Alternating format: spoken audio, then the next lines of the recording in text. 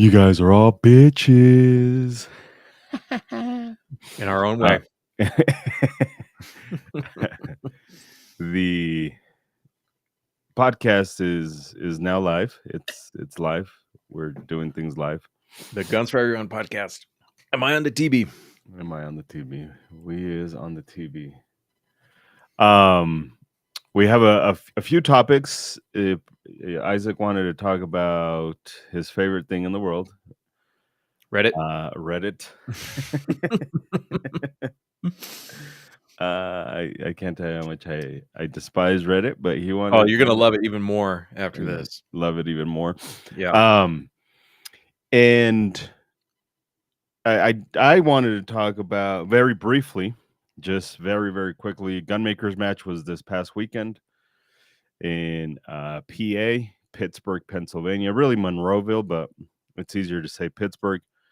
Awesome time. People made guns. A lot of guns that went brrr, and that was so it's interesting to see privately made guns that make that noise. Mm-hmm.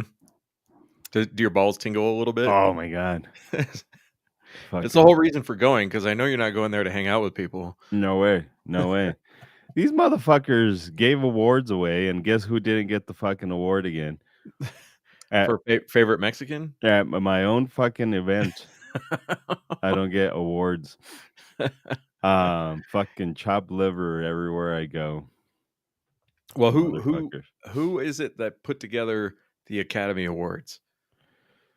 I bet you don't know who that is.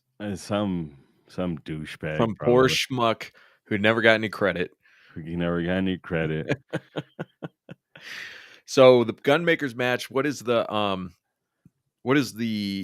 purpose behind it? So at the end of the day, it's to normalize privately made firearms. So humans who 3D print their own guns, CNC their own guns, in any capacity, if you make your own guns, our goal is to normalize that activity and not make it a crime to simply make firearms. So that's kind of the whole goal behind all of that. And this is year 5 or 6? 5. 5. Okay. Yeah, this was year 5. And the last 3 years have been in Monroeville. Yeah. Okay. I've only been to one of these events, but it is a lot of fun. It is. Yeah. It's interesting to see the nerds make shit and do things and the designs and all that stuff. This year there was a defense contractor that showed up with a very unique way of doing an air gun. Mm-hmm. The purpose of the air gun is to take out drones. Oh, I gotcha. Okay. I did see the high-speed footage of the air gun. Yeah, that was pretty crazy. The magazine, the way that shit works, is fucking bonkers because it could go in any direction. The magazine is any direction. It doesn't matter. 360 ups. There is no upside down. Just insert the fucking thing. It itself contains a certain amount of air, and it's got like chambers, and that's where it keeps the air and the ammunition. It's a really fucking weird design. So it's gonna be weird when they start making drones out of titanium, and you won't be able to shoot them down with BBs anymore. Yeah, well, this is kind of the precursor to that. They're already thinking ahead, I guess, to a certain degree. Is how do we take out drones? Because what he was using was ball bearings or bearings. Okay. Which is not the actual ammunition. The actual ammunition is it like flechettes or some shit like that. Like it's little very darts. Interesting. Yeah, kind of like little darts. Very fascinating things. It's going to be 6.35 millimeter, I think. So you get some cool innovation. You get some cool people. A lot of fun. A lot of laughs. And also, I think it furthers your own understanding of the complexity of firearm engineering, because you get people who are pretty smart who bring guns that don't survive the shooting match. Oh, they're surviving a lot more than they did year one. It was a fucking shit show. Year Mhm. one, it's interesting to see humans who are pretty smart at the design Mhm. not be super smart at the engineering.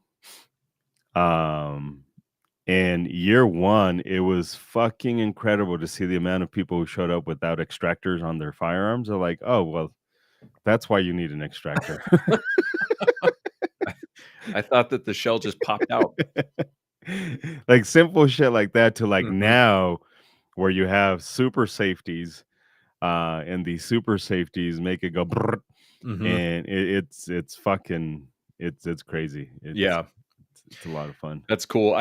Um every year that I haven't gone, I've definitely missed it because it looks cool, and then the year that I went was quite a bit of fun. It was exhausting though, because hanging around with you and Rob, you guys are in charge, so you just worked the whole 3 days. Yeah. Uh, not a Not lot of according to hanging the out. award. Yeah, Not according or the lack thereof. yeah. Um, and the other purpose of the gunmakers match is to it's one of the competitions that GFE National offers Yeah.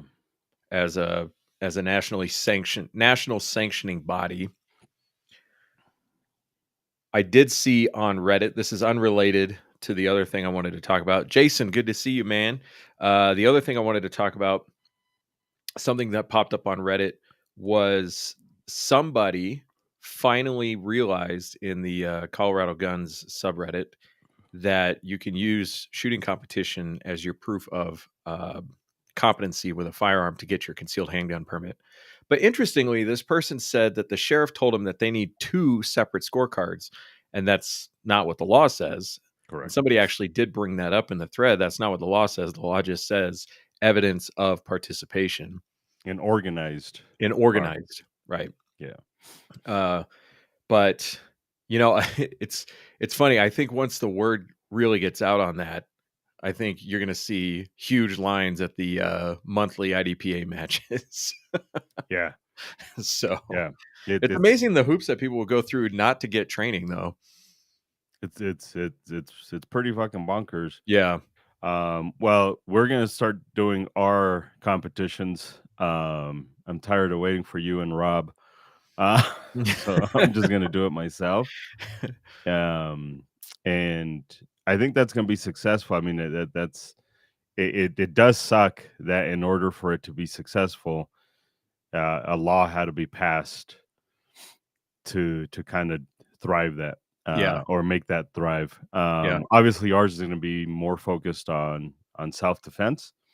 It's not going to be. It's still competition, so it is what it is. It's still games, but it's going to be more of the The scorecard should be on best dressed. um I know you had one at the the gunmakers match when I gunmakers went there. match. You Yeah, had a we haven't had that award the past few years, which has been disappointing. Only one dude would take it. Mhm. That same guy that came dressed up as a fucking cup. Yeah. That was legit. That was, and I don't Yeah, get excited about a whole lot these days, but that was legit. yeah, Um, yeah, so the competition element of defensive shooting kind of defeats the purpose of the idea of real training for defensive shooting. I know everybody who participates in IDPA would disagree, but the opportunity to dunk on the moronic legislators and also encourage people to approach defensive shooting, like if there is a contest or if there's a competition, but at the outset we stress the fact that this is dumb, but we're going to do it anyway for very specific reasons, but this is not how we think about self-defense. I think there's a learning opportunity there, correct. um, even though it's not really a learning opportunity in skill development. It's a learning opportunity in understanding. Well, and for the student, we're not pretending like the government's pretending, right? Because we've Mhm. already seen it. We've already seen government mandated curriculum fucking people just want to know what's going to be on the test. So just tell me what's going to be on the test so I can pass the test, like that. So Mhm. their brain's not even, and then they leave there and they're like, well, I got the thing. So at least here we can say, hey, we're having fun. This is not self-defense, but we're participating and it's fun. And kind of to your point, the brain is not in, I'm training, right? Like to your point of the Mhm. IDPA people, a lot of the IDPA people think that that's self-defense training. And it's obviously not. Yeah. Actually encountered a video today of a guy. He's an instructor. I guess he's well known.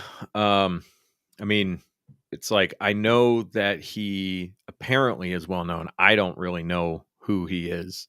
Uh, and he was talking about a guy who got his gun shop robbed. He was in the gun shop when it happened, and he shot the bad guy in the head. And he said this guy was a master level, master class, whatever the designation is in IDPA. And he said, there you go. This disproves the idea that IDPA will get you killed in a gunfight. And then I was like, you know what? Let me go look at that video again because it's been a long time since I watched the video. And the video clearly demonstrated that this guy was really not shooting the way he would have probably shot in competition. His grip was Yeah, terrible. His recoil control was terrible. His target selection was chaotic. And I would say that, you know, it's hard to make this declaration, but I'm going to do it. I say he won that gunfight in spite of his IDPA participation. I would say he won the gunfight because he recognized a threat and he acted quickly when he saw the threat, and he accessed his gun quickly, which I think is a huge part of that. Um, in IDPA doesn't teach you how to recognize a threat. correct. They It's tell you what kind of the the threat. opposite, Yeah, yeah, you know. yeah. Uh, they tell you what the threat is. You don't learn to recognize the threat. So the Correct. quickness that he recognized the threat is probably what gave him enough time to respond with the firearm. Yeah, it's the old causation correlation Hmm. shit. It's just because you did one thing doesn't necessarily mean that that's why you were successful. Yeah. Yeah. And what's interesting about it is that, you know, he shot the bad guy in the head from about 6 yards, I'd say. And it's hard to tell because the video angle is weird and it's kind of an over the shoulder angle. So it's hard to judge distance when you have two people kind of standing in front of each other in a frame. Uh, but if you watch the video, and I'm actually going to try to find it while I'm talking, you could see that his recoil control is so poor that you could even make the argument that shooting the guy in the head was accidental. Not like he didn't mean to shoot him, but he didn't mean to shoot him in the head. Uh, he meant to shoot in his direction, and his poor control of the gun caused the gun to, you know, to go up towards the head. Um, let's see, Atlanta gun store shooting. The video I found earlier today really did a good job of zooming in on the gun because they didn't want to show the bad guy getting shot. So, um, let's see. I think you can share it, right? Because you're I think so. I've got to find it here. Um, this is a video that a lot of people have seen, but gee, I can find all these other videos, but I can't find the actual one that I'm looking for. Anyway, I'll try to find it while we continue on. yeah, But uh, it gets back to that idea of limited resources, and where if your concern is defensive use of a firearm, then training something that poorly prepares you doesn't make any sense when there is something better that prepares you. yeah, So, you know, he credits the fact that he was an IDPA champion But again, I'd say in spite of his IDPA Correct. experience, he was successful. Correct. And at the end of the day, he was successful. And that's both good and bad, right? Good for him, yeah, he was successful. Bad for the argument of proper training. The problem with human beings is we're so linear brained, Mm-hmm. and we struggle with exponentials. So we can't think beyond our own understanding, so we don't even try to think beyond our own understanding. This is why how we end up with fucking flat earthers, right? And people who think we didn't go to the moon, or rockets don't exist, or whatever, is just because you don't believe um they work. Well, Oh it's yeah, this was a while ago. yeah. This This was a was long time 8 years ago. ago. This was in Atlanta. And yeah, to further expand on your point, it is really hard to explore unknown territory because you have no direction. So if you watch a video and you know a little bit or a medium amount, you're going to put the video in context of the things that you know or that you believe you know. It's really hard to put the video in context of the things that you don't know. And I think this is the mistake that people take away when they're watching video is they're paying attention to the wrong things. I know I've been guilty of this a lot Yeah. over the years. They're paying attention to the wrong things. So let me go ahead. Can you see this? Is Yeah. it playing? Okay. Yeah. Yeah. So first of all, we have our other employee here who's already seen these guys come in, and he sees the gun pointed at him. And his first reaction when the gun is pointed at him, Lower center of gravity. lower center of gravity, and moves the hands towards the protective posture. He now goes into a surrender right here, and now he's trying to communicate with his buddy. Hey Bob, we're being robbed. Actually, Jimmy. Hey Jimmy, we're being robbed. Jimmy. So Jimmy here looks up. He sees. We don't know what was said, so you don't know what kind of clue he got. You don't know what kind of stimulus he got audibly from Mr. Baldy here, or partially Baldy. So when it comes to that recognition, we don't know at what point Jimmy here really started to recognize the threat. But he does move to his gun right here. So he takes a step back and he moves to his gun with his right shoulder. And then when we see the gun come back into frame, Jimmy's not in frame, so we can't see him anymore, but we could see his gun. And let's go right to this point Oh yeah, right here. shitty rip. Yeah. Yeah. And we'll slow this down. We'll slow this bitch down. All right. You need to send this to me. Okay. So his first shot is fired before he's at extension.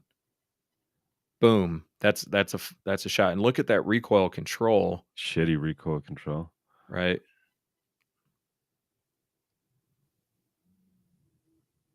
And the movement of the gun is not super efficient. It's almost, if you go back a little bit, he almost goes to a one-handed grip and just rested on whatever the fuck is there. Yeah. Like right here when he turns. I mean his left hand is almost out of the game completely right here. Yeah. And then like when he shifts, I'm assuming to the second bad guy, Mm-hmm. right here, it almost looks like he's just resting the gun on whatever, no more grip. I'm sure if now I tried to substantiate whether or not this guy actually was an IDPA champion. I found nothing, but I'm sure he didn't win any championships with this grip. So, I mean, and I want to reinforce the point that I'm not picking on him at all.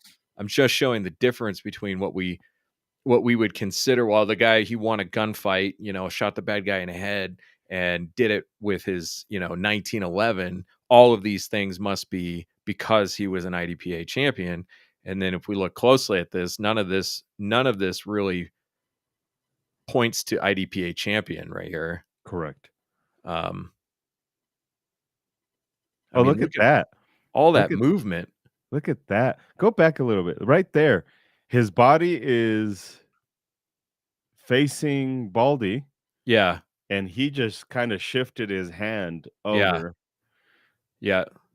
And again, we can't see his head, so it's really hard to tell. But the way his arms look, it looks like he's moving the head and the gun kind of like a remote turret versus like that kinesthetic alignment.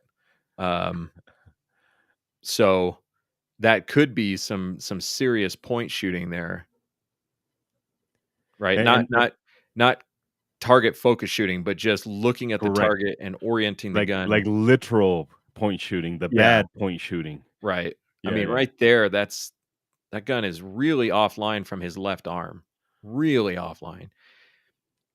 And it could be that he's actually, because he's resting on something. He might actually be trying to use whatever this thing is as cover while he shoots, but it's not Correct. really sufficient because the angles are off. So I know we're guessing a lot, but I mean, this stuff is very plausible. He can't go any further away.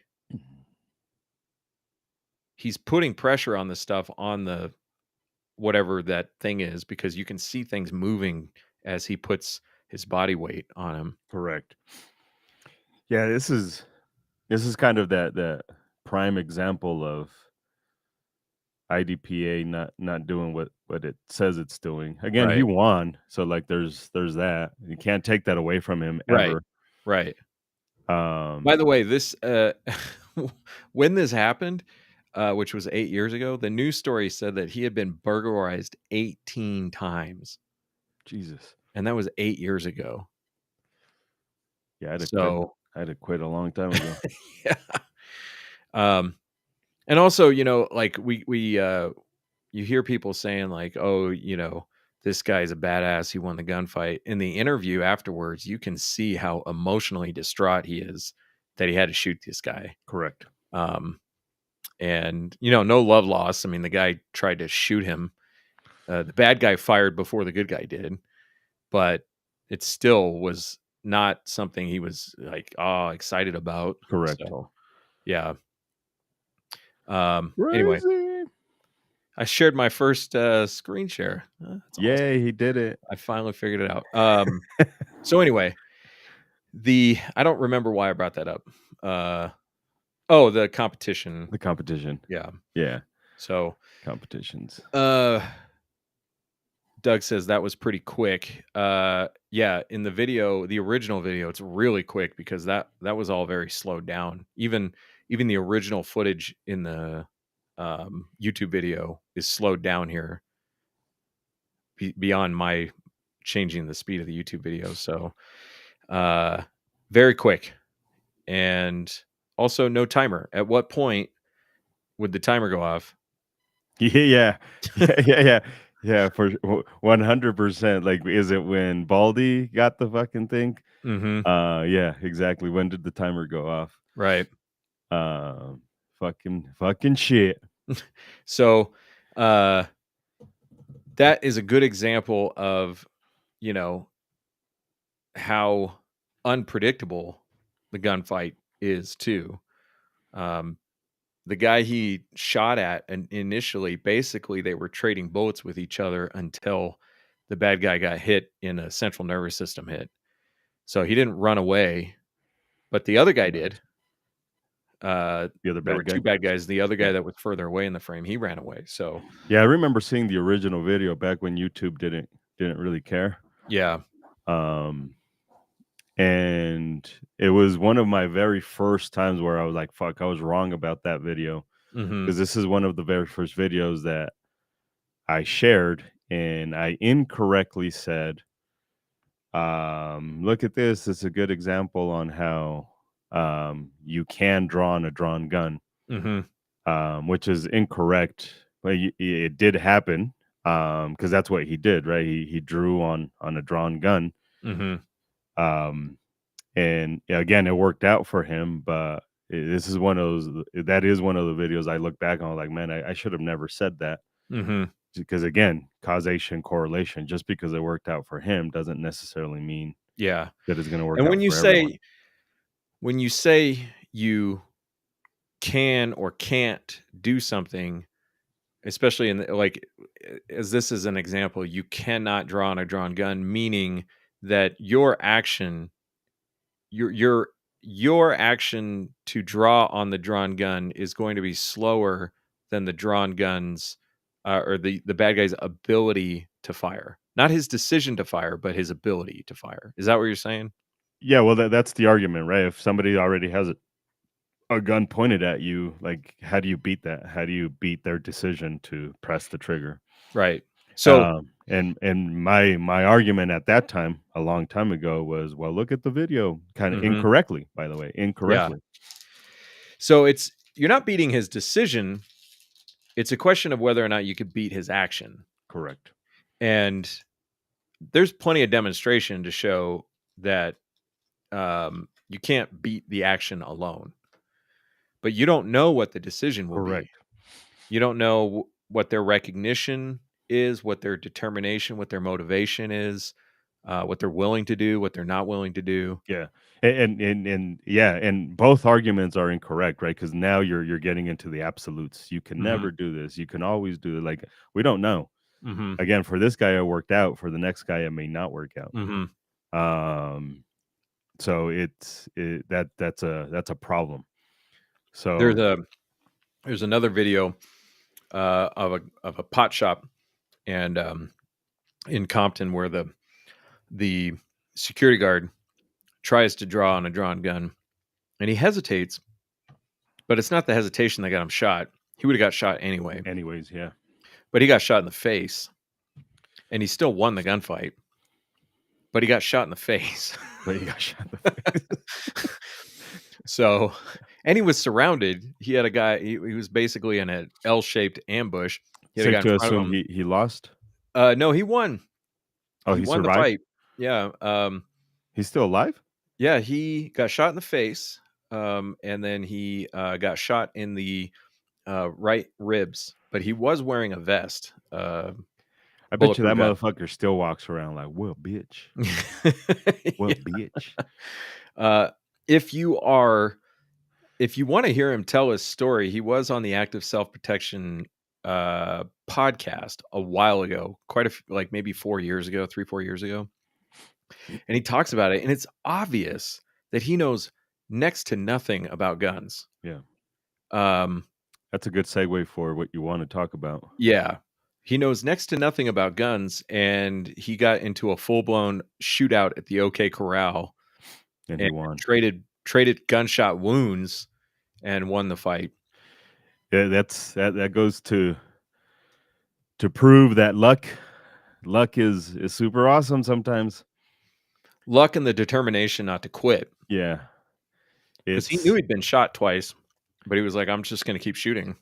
and it's crazy how many people are willing to discount luck Mhm, and trade it for, "No, he's just very good at." No, he got lucky. Like, we have a video of the Brazilian guy that runs the Brazilian REI. mhm, And when you slow that bitch down, his very first shot, in fact, the shot, if I'm not mistaken, the shot that he makes that paralyzes the first guy, he's not even looking. mhm, He's doing so well. He's looking at the floor. right, Everything about that screams luck. mhm. This dude got lucky. But people will watch it and like, nope, this is fucking that dude was really good. Like, no, he got lucky. He Um, he, um, he accessed his gun very quickly. So he was open carrying, and he accessed his gun. He got his gun out of the holster and up towards a shooting position pretty fast while looking at the ground. while looking at the ground.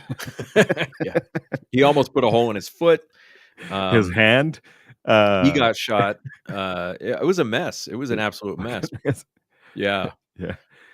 Yeah, But everything that's about that says he should have lost, but yeah. whoever he prays to was So, on it. um, yeah, the topic, one of the topics that we were gonna talk about, and they kinda mesh together with the text message or the email that you got earlier, with the Reddit thread that I was reading, and let's start with the email or text message that you got, because I think there's a little bit less to say about that. Well, do they correlate? Yeah, I think they do. Yeah. Okay. So I got a message from one of the mayors. I won't say who at the very moment, but he's the mayor of a city in a local town. I did end up talking to him after that, and his this I'll just write what he says. Now he's the mayor. He's a gun person. He's bought guns from us. He's taken classes with us. His city has been dealing with First Amendment auditors and now Second Amendment auditors. And just to clue people in who don't know what those people are. So First Amendment auditors will, on purpose, will go to public places, sometimes even people's homes. I've seen these motherfuckers go to people's homes on the sidewalk and start recording to aggravate humans to see what the cops will do when they respond, and then if not, then they will sue the city. So in this city, somebody was open carrying in full blown paramilitary gear. So paramilitary gear um, with an AR, open carrying an AR in the city here in Colorado. It's in the Denver metro area. And the cops that approached them were like, "Hey, what the fuck? A lot of people are calling us, scared as shit." He's like, "Well, it's my right. It's not against the law, so I'm not doing anything illegal," which he's correct. And the cop apparently was like, "Yeah, but it's it's now getting to the point where like we're getting flooded with calls and like what are you doing? All of that shit." And so now the city, this particular city, is like we're at a point where our only recourse is to ban open carry because of this person that this one human is creating a problem and then now is suing the city for Mhm. $40,000.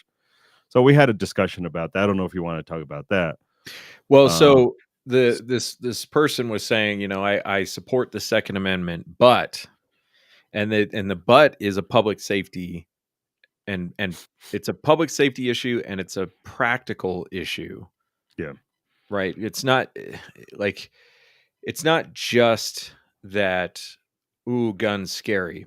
It's what if this causes Oh violence? yeah, that was the added thing, right? His whole Right. thing was this is what happened in Colorado Springs Hmm. when the cops did nothing, and then he ended up shooting Planned Parenthood. Yeah, Robert Deere walked through a parking lot with an AK-47, and people called it in, and the cops basically said, "Not breaking the law." And at least that's the way I understand it. I know Correct. that same thing happened around the same time in Colorado Springs, where a guy was walking around downtown with a rifle, and people called the cops, and they said, it's not illegal. And then the guy opened fire, Correct. and I don't think he killed anybody, but he got killed. Correct. And so there's this idea that when things become uncomfortable, that we need a law. Correct. And that's kind of what the Reddit thread is about, because in the Reddit thread, this guy was saying that he was at the range the other day to take my state CHL equivalent practical shooting component. A few of the folks were struggling at 3 yards and flat out missing at 5. One of them nearly dropped their gun from the recoil a few times. Um, Everyone passed anyway, though. Makes me want to wear body armor everywhere in public now. Now that sentiment, like, he's not asking for a A law. law. He's just saying, like, I can't believe that there are people walking around with permits who are close to dropping their gun every time they shoot it. But then the comments follow with a whole bunch of people who are saying this is why we should have mandated training. And uh, this is why people shouldn't be allowed to carry. And not everybody said that, but a Right. lot of people said that. And it's the same idea. Like, I don't want to be at Chipotle and get shot by somebody who doesn't know what they're doing. So we need a law. Correct. By the way, that's not going to make anything any safer, but it's going to make me feel better that we're safer. Correct. Yeah, it's again, I did call this individual, and because he wanted my advice on what to do policy wise, right? Because he's like, I really don't want to do this, but like the city can't be getting sued every time this happens.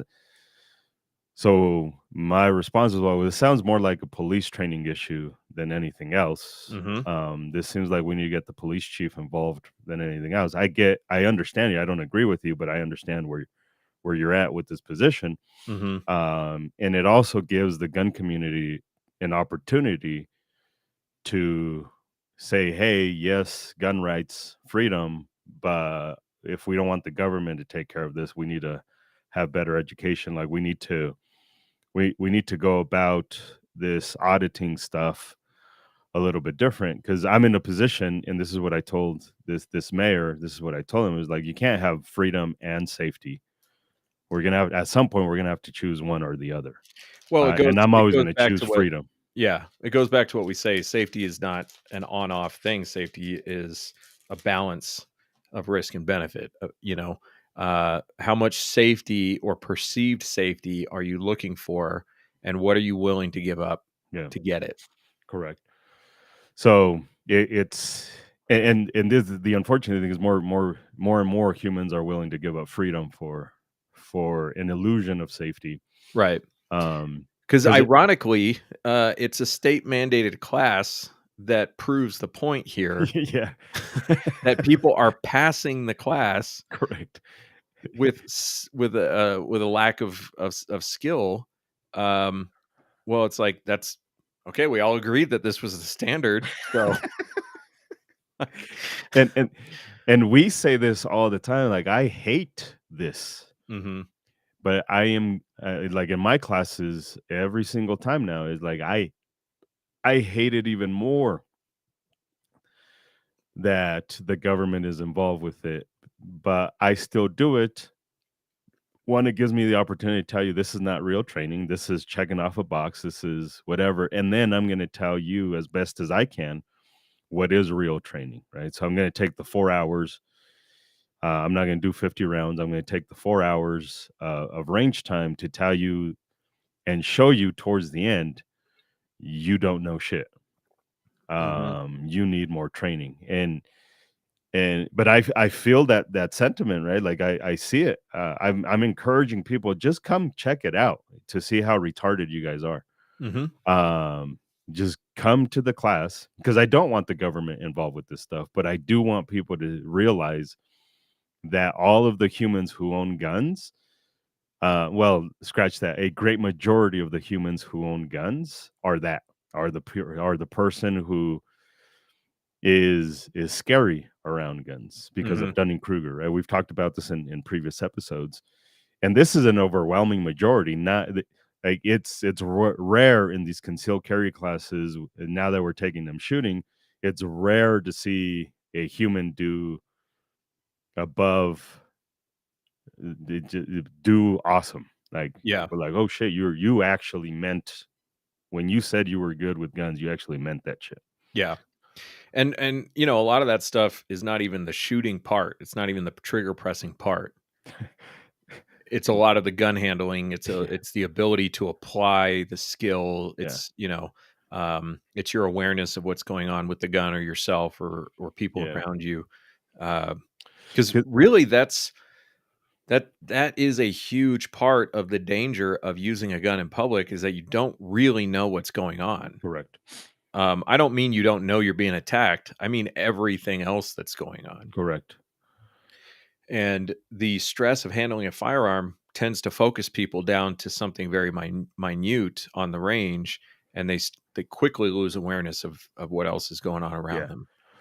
Yeah, their brain is frazzled really, really fucking quick with fucking just lateral motion. You see how people fucking collapse, Mhm. not physically, but mentally collapse with just lateral fucking motion. Mm-hmm. Um, Everything else is lost. So it's been bittersweet to do these new government mandated courses, because again, I hate it because most of these humans are not serious about training. They're just here to check off a box, Mm-hmm. which creates exactly what we knew was going to create more danger. Because these humans are like, just give me the fucking certificate. Like I watched 2 YouTube videos, like fucking active self protection told me I'm awesome. Yeah. So just fucking give me the fucking certificate. And then there's the flip side of it, which are people are now afraid to pursue a concealed carry permit because they're afraid they're not going to meet some standard. Yeah. And so these are people who will keep a gun in the house, but this creates some kind of barrier to training. And because it's a really a mindset issue, Yeah. and the state mandated training fucks with the mindset. And it makes people feel like they're more qualified than they are. It makes people feel like they're not even worth trying to pursue it. Because I've seen this, people show up because they have to be there, and they're like freaked out, Freaked out. as opposed to people who are nervous because they know that this is going to be challenging them, but they want to be there. Yeah. Yeah. No, I had one 2 weekends ago. He had a 1911, so I already knew it was going to be a shit show. And it illustrated perfectly this idea of carrying a gun that you can use in a very plausible circumstance that one could be faced with. Hmm. Because in order for a gun to be shootable, or it's the measure of a firearm's ability to be used across all plausible circumstances one could be faced with. And this guy it was exactly what what you're talking about. So he's standing there, he grabs his 1911, everybody shoots, and he's like, "Hey, my gun didn't go off." I was like, "Oh, well, take the safety off," because he was pretty good at the safety, Uh-huh. and he's like, "No, I did take the safety off." I was like, "Well, what?" I was like, "Is it so? Let's go through the whole thing. Is it chambered? Yep, it's chambered." Like, what the fuck? I was like, "Yeah, you got the safety off. It's chambered. Put the safety back on, and let's just try it again." And then he shot once, and then the next drill again. Hey, my gun didn't go off again. Safety? He's like, "Yep, safety chambered. Yep, chambered." Like, what the fuck? So finally, I got to a point where I took the gun, and I did the thing, and I shot almost an entire fucking magazine, almost perfectly, by the way. Uh, so I shoot almost the entire magazine, and no issues, none what the fuck soever. So I'm like, it's you. And then it dawned on me, he's so fucking nervous, he's not gripping the gun properly. The So grip safety. he's not engaging the grip safety. Hmm. I was like, this you're gonna have to fucking get a firm grip on this shit because you're not engaging the grip safety. Like Yeah. that's the only thing right now. I want to talk shit about the 1911, and I will because it's a 1911. But that's a perfect example of a firearm that can't be used across all plausible circumstances, right? Like one small little, I didn't squeeze it properly, and then he won't be able to shoot. But anyways, this guy was terrified. He Hmm. can't perform the way Yeah, he that dude's wants gonna to. have some dreams. He's and that's just in this class. He's gonna be going home. He'll be waking up tomorrow morning at 3 a.m. in a cold sweat because he's like, I can't do it. I got attacked. My gun wouldn't work. I can't do it. He needs a different gun, a I more had those efficient dreams fire. when I first started carrying a gun, dude. I had those dreams all the time that my gun wouldn't work. And you carried a Jennings. Yeah. That shit. That thing worked even when I didn't want it to. That's the original P320. Yeah, no kidding. Um, so, uh, I wanna get to something that, let's see, New York Atcast said. He said a lot, or she has said a lot, and I appreciate it, but, the idea a license doesn't necessarily mean good driver. Most people are scary behind the wheel of a vehicle too. most people are not as skilled as they think they are, or most people are more dangerous than they think they are, but they're not really scary. If they were scary, you probably wouldn't get on the road at all. Yeah. If you think about how many miles you drive in a year and you think about all the cars that you encounter in that time, you have an enormous amount of trust in those other Yeah. drivers. And you might drive cautiously around them, and as you drive more and more and more, people tend to get more cautious the more they drive. But really, you're basically getting to a point that you should have been at when you first started driving. You just didn't know any better.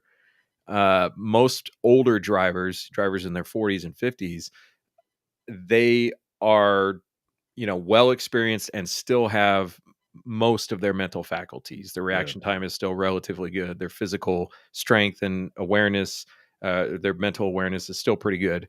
And you've learned how to look out for all the danger that you're plausibly going to see out there on the road. And then you get on the road with all these people who are high, who are drunk, who are texting, who are um, angry, who are inattentive, and yet you still safely get to your destination. So, Correct. yeah, most drivers really aren't scary. If they were, you wouldn't be on the road with them. Um, but they do it almost every day, right? So Mhm. you get to a point where it's just your brain. This is one of the fascinating fucking things about the brain. The brain is so fucking weird. I talk about this in class when people talk about when we start transitioning from choosing a gun from a scientific perspective to doing to talking about neuroscience. This is what I have to say. Listen, one of you guys is going to end up with a really shitty gun. You're going to ignore everything I just fucking talked about, and you're going to buy the shitty gun because it's Gucci'd out and it's got the pretty trigger and you're going to fucking douchebag it out and it's not going to be the proper gun, but you're just going to like it, which means nothing. But the thing that gets overlooked the most is the neuroscience, your body's natural reactions, and whether I like it or not, because I don't like it, whether I like it or not, your brain will learn how to adapt to the shitty stuff. You might have the worst fucking gun for self-defense, and your brain, without you getting involved with it, will figure out this fucking idiot sucks with this gun, but we're gonna make him correct to the right. We're gonna make him correct to the left. Now you're still fucking up. Right. Your brain is just trying to compensate for you being a moron. Right. That's that concept that I've talked about in the past, which is that the universe bends towards efficiency, and if you have to employ the tool, you will do it as efficiently as you can given your practice or lack thereof, the tool Yeah, itself, the circumstances. Uh, that doesn't mean you're as efficient in that moment as you could have been, given like if you had taken more care in your preparation. correct. Um, but your your brain is geared to look for shortcuts. Uh, that's how it maintains its ability to deal with the complexity of life. Well, So, and not just shortcuts, but it does a pretty phenomenal job at adjusting at shit that you have no real concept in to a degree, right? mhm, So my example is if you can have the most one of the most unathletic humans walk outside on a windy day, like today here in Colorado or in Denver, anyways, windy, and let's play catch. And they will almost intuitively know to adjust for wind, even though they're not the sports bally person or whatever. And the ball gets to the human. So, like, you don't know the fucking math. You don't know how strong the wind is blowing, but somehow your brain is like, hey, you're an idiot, but I'm not. So I've already figured all this shit out. Um, yeah, you're gonna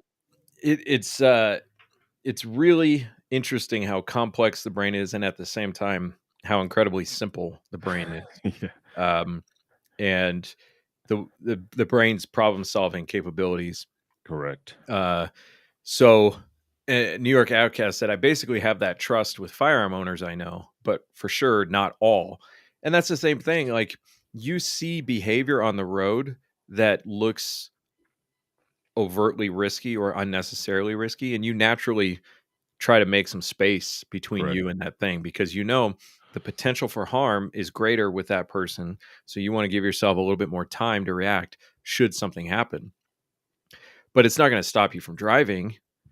And the idea that with people owning guns and carrying them out in public with limited to no skill with the firearm, how many people have you known who have been shot on accident at Target in a self-defense shooting? Like, how many people do we interact with who have been harmed by this lack of skill Yeah. with carrying a gun in public? I'm not saying we shouldn't care about it, Correct. but this idea that we need laws to come fix something that really isn't a problem because it makes us uncomfortable. Yeah. If anything, it's the other way around, right? Like we should normalize this more, Mhm. like driving, so that everybody goes to the Yeah, range. because those people who come to the class who are all freaked out, they're like, "I can't do this." I'm like, "Well, you drove here." Like, I think you can do this. Yeah. It's okay to be nervous about it. I mean, you're handling a gun, you should be a little bit cautious and nervous about it, but don't for a second believe that you have to be, Steven Seagal in Above the Law to be able to handle a firearm. Like, you can certainly learn this, and if you apply yourself, you'll probably impress yourself with how quickly you do learn and adapt. Yeah. Yeah. For sure. It's I don't know. The law is doing exactly what we said it was going to do. Yeah, yeah. It And also what you harp on all the time, which is people are so quick to bend the knee to the law because they're like, "Well, it's the law now, so there's no other option."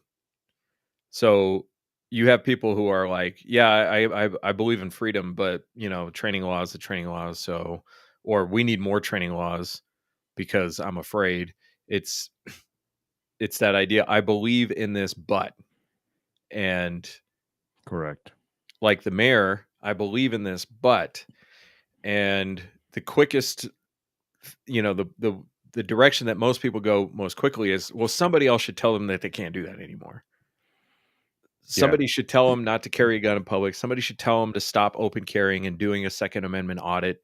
Um, and it's like, well, why don't you put in the effort with the police department to train your officers, who, by the way, are in charge of knowing the law and applying the law out on the streets, to help them understand what this person is actually trying to do and work the department in a way that resolves or dissolves the problem, which is not easy to do. That's why people don't do it. Like, Yeah. And people just want a solution, and this is kind of slowly bleeding into the title of this podcast. I just named it whatever, and I think we can talk about that respectful irreverence, because there's a mhm. lot of humans that you and I know that are kind of like that, and I know I'm frustrated with a lot of them, and you might be frustrated with a lot of them, especially instructors who Yeah. have been like this, where it's just, well, it's the law now, and well, the sheriff said so, and then Mhm. we tell them, yeah, but it's illegal, and they're like, Mhm. well, but that's what the sheriff said, so Yeah. Which is that's just what we're basically acting like what I always call the sheriff. I call the sheriff the king, and because that's the way people treat him, and that's the way he acts. yeah, Generalized, that, correct, what I say goes, and that's king behavior. That's not elected official in a rule of law, society. So, um, just to round out that last point, New York Outcast says in several documented cases, kids have used firearms in self defense. But with that said, I agree training is recommended and improves your abilities. And that's my whole thing, is like, you should train because your life is important. And the whole reason for having the gun is because you want to protect your life. So wouldn't it stand to reason that you want to be better at using that life-saving tool rather than just having it and hoping that luck gets you through the whole encounter? But what does trained mean? Because so many people think that you should have, this level of training or that level of training. One of the people I was arguing with on Reddit said that everybody should have to pass the ECQC Craig Douglas course, which is the force on force course that I took several years ago, and like you put any elderly person through that course, they're going to break a limb. Like that I'm not guaranteeing it, but we're going to get as close to a guarantee as we can get. That's a violent course. And also it Dude, doesn't. last night, and hopefully they're listening. I had 2 students. You've been here. You've been to this fucking building. It's on the Mhm, 2nd floor, mhm. but it's fucking 6 steps. Like, Yeah, it's not like it's a it's a million split fuck level. Yeah. yeah, it's 6 fucking steps to get to this office. They were fucking winded. No joke. It took them about 30 minutes. I'm not exaggerating. I have the fucking video. It took them about 30 minutes To to catch their get breath. to catch their fucking breath. Wow. Now at the range, I've already had students who need to have a chair on standby Mhm. because you're not going to make a 2-minute fight. Yeah, You're yeah, not gonna you're just fucking work on losing all of the fucking weight. yeah. The Work on ECQC class, disregard all the violence in there. It's 2 10 to 12-hour days plus another 4 hours that you're on your feet. yeah, Like, how is this I it's crazy. So, and, you didn't say why those people are winded. It doesn't matter. Maybe they have emphysema. Maybe they have long COVID. Maybe they're super fat. It doesn't matter. Do they have any less right to carry a gun because Correct. they have a hard time going up 6 Correct. steps? Correct. Yeah. So, Yeah. um, Just don't do it near me. yeah. They like see you at Walmart or Home Depot, and they're like, "Edgar," and you're like, "Nope, I'm Fuck, out." I'm out. It won't be hard to outrun you. No So, offense. is So, yeah, take us into the other topic that you were. well, respectful irreverence, right? It's one of the things that we talk about in our instructor development work. Um, it's one of those things that I've had to learn to kind of manage in my own life and kind of accept a little bit more. Is this idea again? I had this conversation with this mayor, and I think he knows I don't agree with the policy stuff. But his idea of reaching out to me was, you are the gun person, and we know each other. I like guns in his own way. I like guns, but let's try and figure this out. Like, I'm obviously going to have some level of disagreement with this individual, and we're going to have a conversation where we disagree. But we're trying to find a solution in our disagreement. Right? We're trying to figure out, how do we get police to interact with the Second Amendment auditor? How do we get the Second Amendment auditor to not be such a fucking dick about it? How do we find a solution without going to policy? We disagree. We're probably not gonna like each other all that much while we're having these disagreements, but we're trying to find a solution. I respect the fact that he reached out to me, obviously, because I'm a fucking I so insecure. I need people's approval. So obviously that's dope. It validates the work that Guns for Everyone does. It validates the work that we do with FIPI and all of that stuff. And then for him, it gives him a resource. So there's that respect back and forth. We're going to disagree though. Mhm. We're going to disagree. There's a lot of instructors that you talk to more than I do, and I'm like, fuck, man, this, and we kind of talked about it. Like, these people are so, I just am chasing the dollar more than anything else, so I'll bend whatever fucking knee I need to, like the sellout.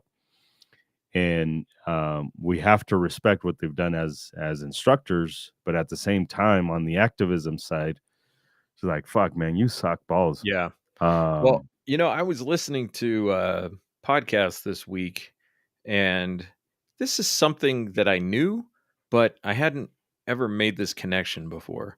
And in the podcast, they were talking about the Israelites getting freed from Egypt. And, these people had been enslaved for 400 years, according to the story. And they have a leader come along, and the leader says, we're peacing out. And everyone's like, yeah, we're peacing out.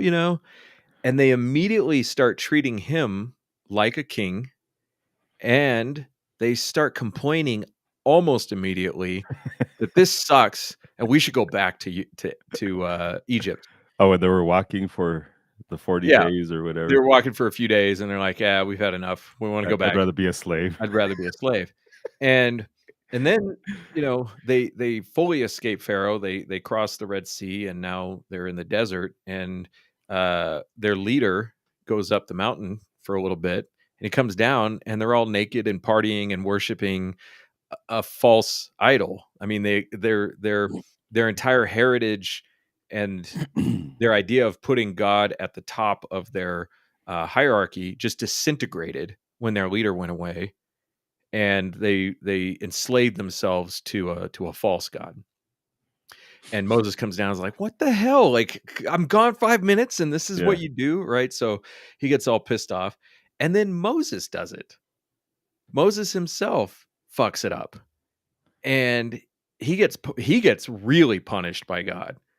God says, "Because of this one thing that you did, after all you did for me, because of this one thing, you don't get to go to heaven. You don't get to go to the promised land. You have to wander in the desert till you die." Because that leader has such a higher responsibility Yeah.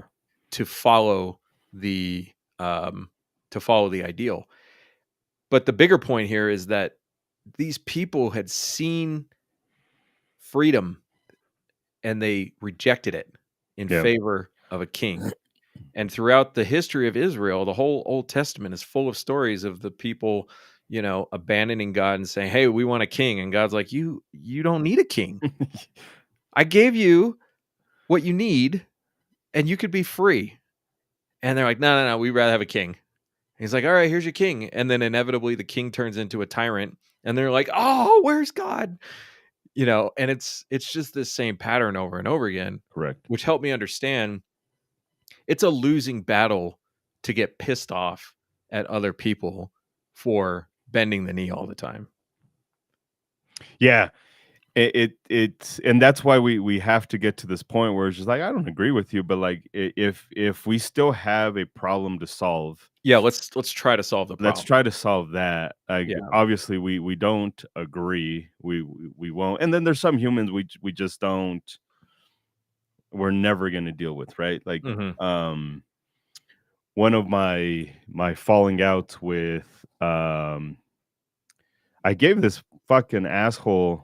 I'm the reason this asshole even exists in the gun community. And I fucking hate it. But Big Boobs McGee, right? Like if you just go search Big Boobs McGee guns Colorado, you'll fucking find Big Boobs McGee. And she has a name because of me, because of Edgar. And there was one time, and I think I still have it in a text. I don't know, but she was asking me for advice, and I'm like, cool, here's my advice. And then she's like, well, this person said this. And I told her, I was like, hey, I can't do this. Like, if this is what you're going to do, like, come to me and then tell me, well, somebody else said this. Like, I'm okay with challenging information. Mhm. But at some point, it gets to like, you can't walk both lines, right? Like, I'm not a religious guy, but like, since you were talking about Jeebus, like, you Mhm. can't serve two gods, right? Mhm. Like, you can't.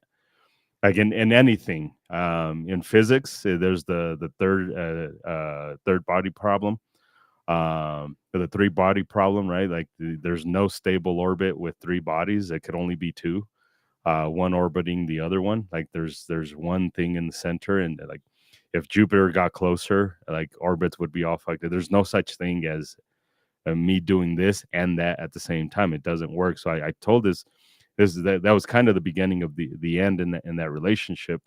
So like at some point, like sure, I'm never gonna have a relationship, but there's a lot of humans. It's not because of a disagreement about Correct. information, it's because this person is like a non-functioning person in Oh my a god. business or activism organization context. Correct. Um, But there's a lot of humans. In fact, the great majority of humans that I talk shit about are humans that I respect. And then there's a mhm, few humans that I don't talk shit about. I actually respect a lot that I disagree with. mhm, Derek Poole is I'd like to believe a good friend of mine, and I would regard him as a top 5, top 10 instructor in the entire world. He's not very known, but he and I disagree pretty awesomely about shoulder carry, right? And this is just a small example, mhm, but I'm not going to throw away a friendship. I'm not going to disregard everything he says. Like most everything he talks about. And by the way, the shit that he talks about with shoulder carry, like I don't agree with it, but I understand it. Like that's the respectful irreverence, right? Like mhm. it's all faceted where like I have a human who I respect and I admire, and I would say he's a mentor, Derek Poole, and I disagree with some shit. And then there's other humans where like, I can't fucking stand this motherfucker, but I will still value their place in this environment, right? Right. Like you still have to give them their credit. Yeah.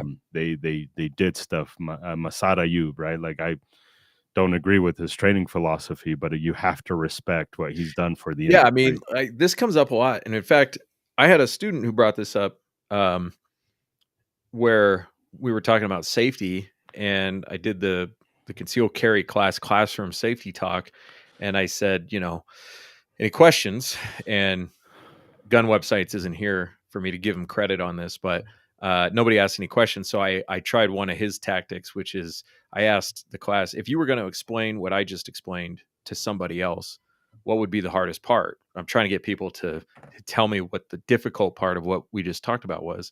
And I got a couple good responses out of that. And then finally I was like, any more questions? And one guy goes, I really like this update to Jeff Cooper's laws. And I was just like,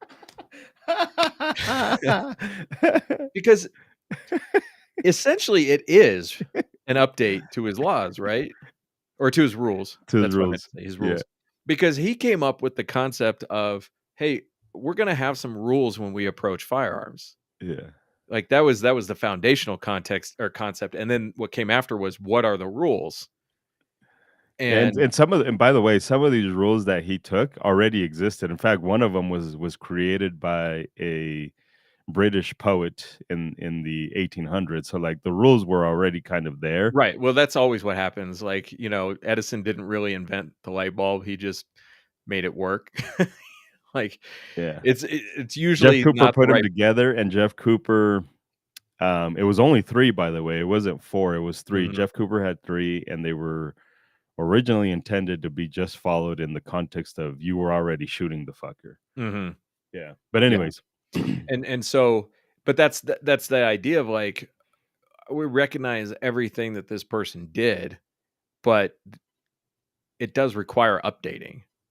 yeah, The information needs to be updated because the chances that somebody figured out the exact perfect right way to do something, especially on the, we'll call it the first try, let's just say early on yeah, in the field, that they figured out the exact right way to do the chances that that happened is like almost zero. almost 0. So let's go ahead and just assume that the information will need to be updated. Yeah, Um, and but at the same time, we give the guy his due for all the work he did yeah, and developing uh, maybe what we might call modern gunfighting or modern combat, um, not in the military sense, but in the street yeah. sense.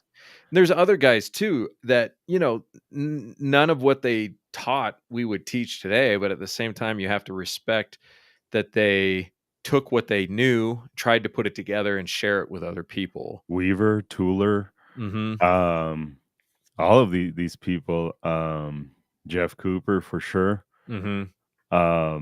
Yeah, Um, there's a bunch of humans. I mean, even right now, we could talk about active cell protection. Like, overall, he's a dum dum when it comes to training, mhm. but he created a space and let's analyze videos, right? So Yeah. it's, um, which is awesome. I wish he would do a better job at it, but again, he did create the fucking space. Yeah. And actually, there are a few other people who have started doing this with a much more um, focused attention. Yeah, I still disagree with them in their yeah, assessments, but their assessments are way better correct. than active self protections are. And they're not like flashy and sensational. And he's a showman, you know. Yeah, He and That's fine. But if if the point of the video starts to get lost in the showmanship, then that's a problem. So correct, you get people who memorize his little phrases and then they use them as like rules, correct, and they're not doing any thinking now. They're just correct. repeating something that they heard. Regurgitation. Regurgitation. Yeah, So, um, many roads lead to the same place. Often the best of anything has several influences. I agree with the second part of that. Often the best of anything does have several influences. It should have several it should. influences. It should. Many roads lead to the same place. Yes, but that doesn't mean it's the right place. Like, Correct. you could have many roads all leading to McDonald's, but that's not where you should be. You should be at home making a whole meal for yourself. Correct. Yeah, I mean, because in the gun industry, many roads lead to performance training instead of shit that you can practically apply in a self defense Right. situation. Things that work well on the range, but don't necessarily work well in a fight. Correct. Um, So yeah, but that's the whole respectful irreverence, and I think that's what's missing in the gun community, right? So like, there's a lot of humans who don't like me, um, and that's cool, but it will keep them from becoming better and working with us. I'm at a point where it's just like, it is what it is. Guns for Everyone adds value to a lot of people. It doesn't to a lot, right? To somebody asked me this, like, what's the benefit of going through your instructor development? What will I gain out of it? Like, I don't know what your goal is, so it may not fucking add value to you mhm. in any way, shape, or form. But here's why it's better than the NRA. Here's why it's better than USCCA. Um, but we were having this discussion on Tuesday with this whole idea of a instructor association, and one of the biggest hurdles is getting instructors to talk to each other, Mhm. because everybody wants to be the instructor.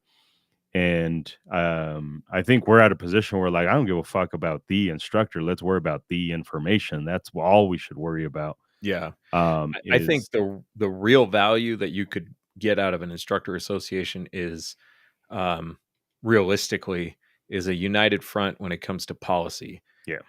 But even that, I'm not that optimistic about it.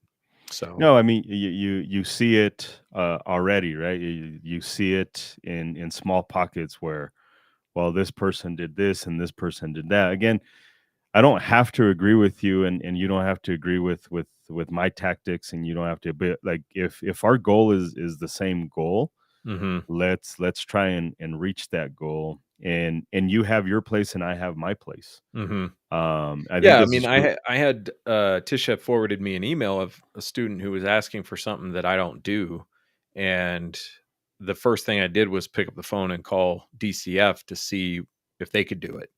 Yeah, And I don't know what they teach in their concealed carry course, but what this person is asking for is they want to take a class so that they can get their certificate so they can get a concealed carry permit. So the goal is to get the permit. And I can't help you with that because of what you're asking of me. But here's somebody who can help you with that.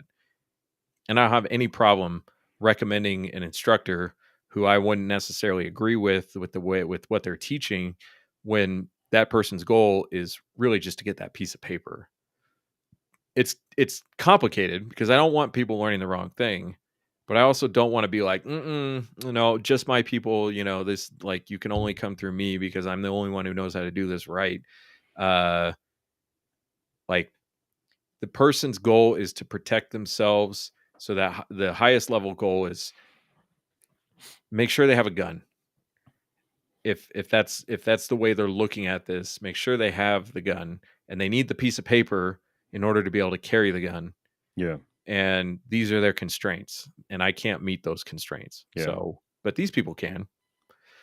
Yeah, Um, they don't want to go outdoors. they wanted it all in one day, so it's so funny because it's like all this stuff we do for free, and people are like, "But could you do more?" Can you do more?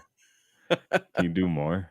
And then I tell her, "No, I can't do that, but these people can, but it's going to cost you $200." And she's like, "Well, I guess I could do it your way." Oh, okay. So you didn't really need that thing. You just wanted it. You said Yeah. you needed it, but yeah. Yeah. I'm getting to a point where like if you want it all in one day, because that's rough, dude. 8 hours in one It's day. also hard to do from a cost point of view. Yeah, so it's like, yeah, well, I'll do it, but it's gonna be the $250. Yeah. Like it's gonna be the $250. We Yeah. can't do everything for free.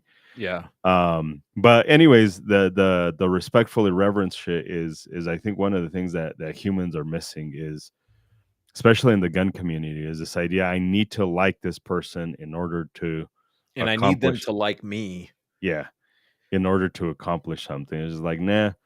Um, Many times I get to a point where it's just like I don't even like the humans that live with me. Yeah. But we figure it out. Like Yeah. we try and figure it out because it's completely different personalities, right? Mhm. Like I say this a lot, but like it's real. I tend to overshare. And I don't know that my family likes it, but I get home and it's just like it's just me and then everybody else. Mhm. And it gets really fucky, right? Because it's just like I get home and everybody's doing something else, but like we're still a family. We still have to figure out how the fuck to do this. And an awesome example of respectful irreverence, two awesome examples, Mythbusters, Jamie and Adam. My kids are rewatching it, so they're forcing me to watch it with them. Because they eat where the TV's at, and I fucking that's my TV, motherfuckers. So they're forcing me to watch this, and I always remember on how much they fucking hate each other, Mhm. and they never hit it. They always like we don't like each other. Different methods, different ways of thinking, but they respected each other enough to do a very successful show. They worked with each other. They didn't hate each other. They just didn't like each other. Right. Right? It And I just think that that actually made the show better. yeah, for sure. Penn and Mhm. Teller will tell you like we work together because we have some success here, and I do this and I prohibit. And this is weird to hear Penn say I prohibit Teller from doing these type of tricks because never in our fucking show is that going to happen. And I'm sure it works the other way around. Mhm. Like I'm sure Teller, the quiet one, he's like, we're never going to do that because Mhm. this is our show collectively. Right. And they talk about this a lot. It's just like we disagree all the fucking time, but Mhm. we have something awesome here, Yeah. and it benefits both of us, so we continue doing it. Yeah. That's respectfully reverence If you is think about it, all of science works like that or should work like that. yeah. No progress is made unless we're dismantling hypothesis. Oh, Uh, and do we have to dismantle it to its fucking core to the point where you're basically telling this person like you're a fucking idiot. You're not all of your life's work is worthless, fucking but it's not worthless. worthless because we just proved this thing isn't true. So You now got we're us one step closer closer. Yeah. to the truth, right? And Yeah. that's the whole premise of scientific inquiry in the first Yeah. place. Stephen Hawking's I don't like him as a I think he's overrated as a physicist. Not overrated as a pimp. As a pimp, he liked the midgets, huh?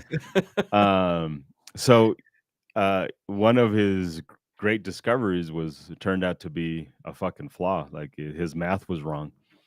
But it did help other scientists get closer to the actual truth.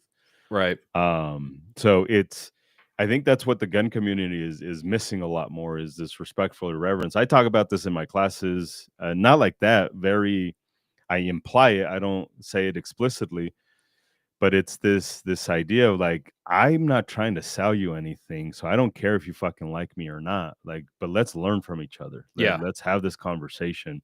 You might leave here and be like, "Fuck, I don't want to do the shooting portion with this asshole," and that's okay. But as long as you leave here better than and at least thinking about shit differently, Mhm. not just this very cookie cutter NRA style of like this is it. Because think about it, the NRA, they're trying to sell you something, membership. I want you to give me money. Everybody out there is trying to sell you something. If you go to a gun store, respectfully, right? Because a lot of these people are friends of ours, but respectfully is they're not going to try and piss you off. They're not going to try and challenge you in any way, shape, or form because all they want to do is sell you the thing. Mhm. Um, so for us, it's no, it's we need to make each other better. This may be a this might be due to what we might call a low barrier to entry. Um, there's no rigorous process for evaluating you to become an instructor. Now, like there are programs that do rigorous evaluation, but you can call yourself a firearms instructor the moment you start teaching people anything about firearms. Yeah. And then you can call yourself a certified firearm instructor by going and sleeping through the NRA bit course and their, basic proficiency course as instructor course. And that's a Or the very USCCA would or just the USCCA, very which is low just barrier to entry. very low. I don't know how you would solve this except to say that in the IDS instructor development program, there is a significant amount of challenging of beliefs and seeing what your response is and how you adapt to that new information. How do you approach the conflict? Are you willing to have the conflict? Are you willing to allow your own beliefs to be challenged? Are you willing to stand up and challenge the instructor's statements so that you can get to a point of understanding not just how to shoot, but how to think about self-defense and how to Yeah, approach teaching self-defense. there's an interesting thing that I was thinking about a couple hours before we started this thing, and it has a lot to do with what you just said. And we'll talk about it offline. Mhm. I'm saying it now so I don't forget later, Mhm. but it has a lot to do with what you just said there. This evaluation shit. Yeah. Um, yeah, because there isn't right. Like everybody is it, and again, the industry fosters this idea of and I hate to say this, but and I'm going to make a longer video about this, a separate video about this, but the thing I love is also the thing that's killing the thing we are fighting for, right? I love capitalism, Mhm. but it is the thing that kills this industry. Capitalism kills this industry and is continuing to kill this industry because a lot of the instructors that could help us with the lawsuit will not because capitalism. Mhm. They need to make money. Yep. A lot of the students will not go and do what they need to because money. Mhm. This industry just wants to make sure their instructors are happy, so that they can sell more memberships. Mhm. Right? That's how the USCCA operates, whether we like it or not. I think their insurance program is valuable. I don't think it's the best one, but I don't think it's bad. Mhm. Again, going back to the respectful irreverence, but their training is set up to sell that insurance product. Yeah. And their Uh, marketing is offensively stupid. There was somebody posted on Reddit a picture of one of their ads, and it was a guy drawing his gun from the 6 o'clock position. with no holster, I don't know if there was a holster or not, but his finger was on the trigger. this was the ones I see is a lady doing the same thing, but no holster. Just she was Mhm. just fucking straight up Mexican carrying. Yeah. So it's like how could your attention to detail on important things sucks, and especially in their marketing department. Um, but we know people at USCCA who will gladly sit down and have a conversation with and see what ways that we can work together. Um, and yeah, so lots of gatekeeping. Unfortunately, gatekeeping is a complicated concept because it's like I don't want gatekeeping to be I have authority, you don't, so therefore you can't do the thing that I don't want you to do. But I do want there to be pressure from within the community to keep bullshit out. But that's a complicated thing to accomplish. Yeah. Very complicated thing to Because who's accomplish. bullshit, right? Yeah, And who's bullshit and yeah. what pressure, what kind of pressure. Um, but I'll tell you, I seen a good example of it when we were in St. Louis. I shouldn't have said the city. And you were challenging an instructor on the range with his bullshit, and the dude basically self-destructed over the course of 1 hour and left. I started his spiraling. That was a thing to watch. Basically, some like watching an instructor rage quit in the Dude, that uh, was but that's a perfect example of regurgitation of information and not actual right, and knowledge. you weren't being you were not being hostile. You weren't being confrontational, but you weren't being confrontational in the way that I see you normally be confrontational. Yeah, You were just challenging the information and you weren't going to let it go. no. And he basically went from a 2 to a 10 in like 60 minutes. Yeah, and at the end, he did concede. This is not because my issue with all of this was he was presenting it, and our group was experienced humans to a Mhm. certain degree. So I didn't have an issue having this conversation. I think if we would have had like beginners, I probably would have approached this a little bit differently. Mhm. But we were all gun people, but there were people there that were not gun people. Mhm. They were just starting and they were there to learn. And he started doing shot timer drills and very choreographed stuff. And my thing was like, wait, what the fuck? Like, what the fuck? This is not self defense. Are you presenting this as self defense? Like, I need to understand more. And anyways, at the end, he's like, this is not for self defense. In fact, the next group, it was it was with Pincus. So Pincus just finished him off. Right. So I Well, I would started, argue he finished himself off. yeah, for sure. For sure. And from what I hear, that's when he's like, okay, these drills, he started off now by saying this is not a self-defense because of that Well, challenge, yeah, because he didn't know what to say, so he just called it something else. something else. And Because that's then, not what he said in the beginning. correct. That's Yeah, not what he said. He was yeah. presenting it as So the pressure self-defense. there is like, "Hey, you need to explain this, and if you can't explain it, then you need to justify why you're teaching it." Right? It Yeah, wasn't like you shouldn't be an instructor. It correct. wasn't like you're a bad person. It's like it wasn't show me your credentials.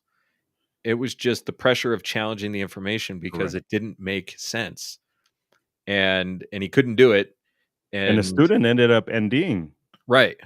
The next group, a student ended up NDing because of, again, performance drills instead of Mhm.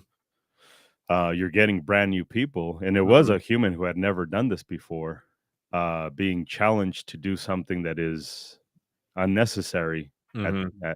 at that level, Right. and ended up NDing. Yep. Um, Yeah. New York Outcast says the free USCCA map can be helpful when traveling. It is and very helpful, especially because it's free and it's as good as any of the other apps yeah. that I've seen. I've seen it be wrong many times, but it's not any more wrong than even the paid ones, Mhm. if there are any paid ones. Yeah. Yeah, And the challenge of consolidating all these state laws it's into a rough. readable format, It's that's rough. really rough to do. Yeah, it's So, rough. um, So I don't think you could ever get a perfect map or perfect breakdown of the laws. yeah, So I because think you're what I know what the FLP app it's been little while since I looked at USCCA, but, the FLP app tries to consolidate it into a quick reference list. yeah. So, can you And carry in your car? they do more of a link. Let me Mhm, link you to the official site. right. So, Um, anyway, it's a good app, and I do recommend it in a lot of classes because it is free and it's good enough. I wanna I wanna turn something you said around just a little bit. So you yeah. say respectful irreverence. I saw an example a couple weeks ago of disrespectful reverence. Okay. So the video of the guy who Achilles heel tactical, he had a student No. whose gun went off in his Oh, holster, yeah, yeah, yeah. the SIG. So there's this other well-known gun channel, and I'm going to go ahead and call them out because I mean they want attention. Give it to them. GBRS Group. I don't know who that is. They got like a 500,000 subs. They're substantial sized channel. Yeah. And the guy is basically going to defend SIG. So he has to set it up, and he has to say, he has to be disrespectfully reverent. So he talks about the other instructor, and he calls him by name, and I can't remember his name, but he says, "Great guy, excellent knowledge transfer specialist," which Knowledge transfer specialist. which that just That's lets you know that dumb. you're about to hear an insult coming, right? Like an underhanded or somebody who's not willing to say that they're about to insult you, but that's what they're Yeah. going to do. And he goes on to basically insult this instructor by saying he didn't do a good job of handling this ND that happened on the range. And that's just like, even though this guy is supposedly like this hardcore, no bullshit, former special ops guy, he still can't just say that he thinks this instructor was wrong. He's got to suck his dick a little bit before he can say the thing that he wants to say. Yeah. So he's like, oh yeah, he's doing great things out there. Excellent knowledge transfer specialist, which is just its own corporate speak for, I don't really think this guy knows what he's doing. Uh, and it's funny because you go down in the comments and there's all these people are like, what the hell did he just say? Knowledge transfer specialist? Like, but I mean, that's a problem in its own right. You get people who will like inflate the person they're about to attack Build because they them don't up want to before you tear them acknowledge. down. Yeah, they don't want to acknowledge that they're about to attack them because they're afraid Yeah. that I don't know what What the exactly fuck they're did he afraid want of. him to do though? Well, one of the things he said, he didn't check on the student, but he didn't say anything. But the argument from him, because he gave a little debrief afterwards, is that when he turned around and he saw the guy was looking at the ground and he wasn't reacting in any kind of pain. He was just looking down at the ground where he thought the bullet went. And so his mind went, this is what the instructor said. His mind went, I don't see any signs of injury, but we do have a gun that just malfunctioned on the range. So let's deal with the gun that just malfunctioned on the range, which I could see that. I mean, would it have been better if he said, is everybody okay? Yeah, probably, but I wasn't there. I didn't see what he saw, And then he had more instructors on the Yeah, he had line. some other people on the range and they didn't come running up. Yeah. I think this is really one of those cases, like you would have to have been there to be able to really know what the real risk was in that moment. Always, right? Yeah. So, and again, I'm not saying he did the right thing. I'm just saying it's not obvious from the video that he did the wrong thing. But a lot of instructors and a lot of people did jump on him for, and even initially I did. My initial thought was, why didn't he check on the guy? And then I got a little bit more context and I'm like, I don't really know if that's a fair question considering I wasn't there. So, Correct. Anyway, that's the disrespectful reverence, which is I'm going to treat you like a child before I challenge your material instead of just saying, hey, like, this is what I think.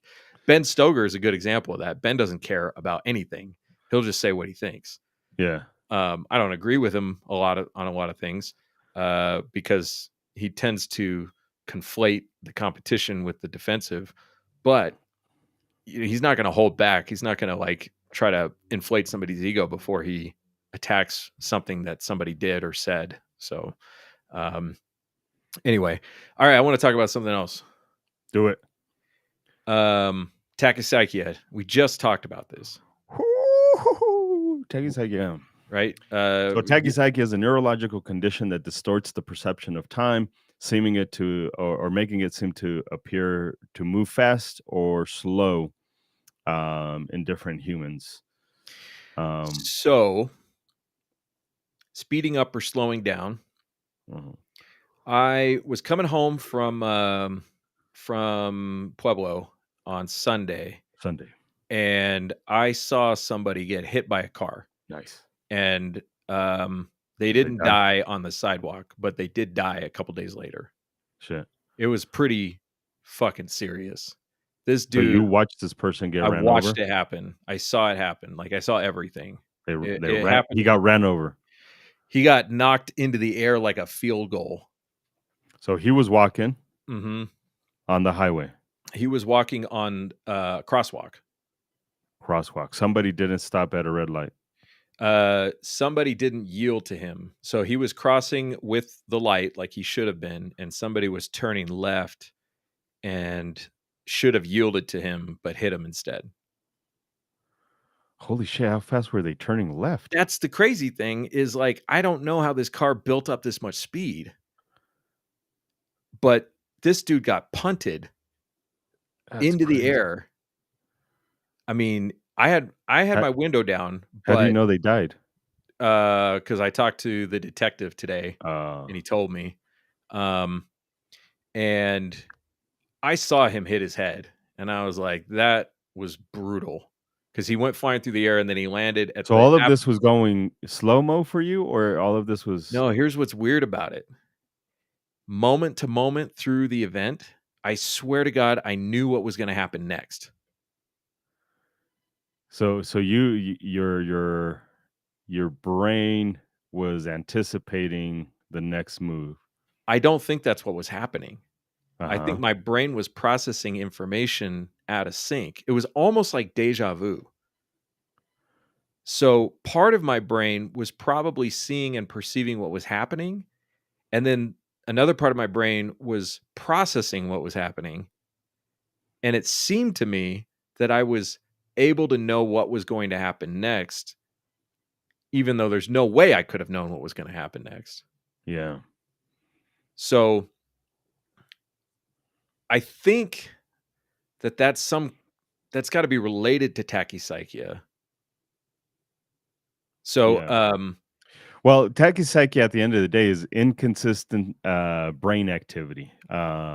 It's just inconsistent activity in various parts of the brain. So it's mhm, not working consistently. It's just all over the fucking place. We perceive it as a distortion of time mhm, in most of circumstances. So Joseph's asking, like, isn't it mostly slowed down? Like, no, you hear a lot of people like, oh, it happened so quick. mhm, I don't even know what happened. It happened so fast. yeah. Um, This didn't feel like it was happening faster or slower, it just felt like I knew moment to moment what was gonna happen right before it actually happened.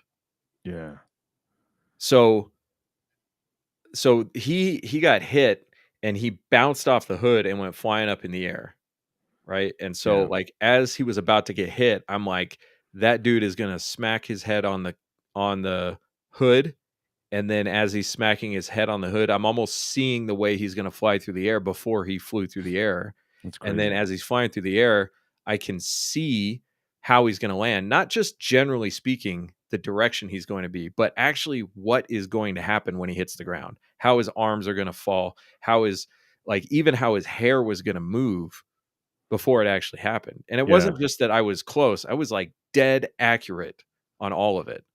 So that's huh? not me seeing the future, that's I think that's me processing information at a different rate than what I'm perceiving it at. Correct, correct. So, um, and then, like, the high stress kicks in, and through previous experience, I'm like, "I've got to get a description of the car, I've gotta get a license plate, Hit and and I've run. got." Yeah, and that's another thing, I knew this guy was gonna run before he Oh ran, yeah, yeah, yeah. Yeah. and That's it wasn't like, "Oh, I think this guy's gonna run," it was like, I knew he was gonna run. And but see, I think that because you watch a lot of these videos, you that could watch yeah, you watch a lot of death videos, too and I'm many. not saying this is it. Like you Yeah. watch probably too much of the Oh, I fucking death definitely do. videos. Yeah. But this is what it's like to be an expert, right? When Mhm. when we talk about the Mm. warrior expert theory, at the end of the day, becoming an expert is learning to recognize. So, could be maybe that this was not tachypsychia. This was just intense pattern recognition. Correct. That that could be. Correct.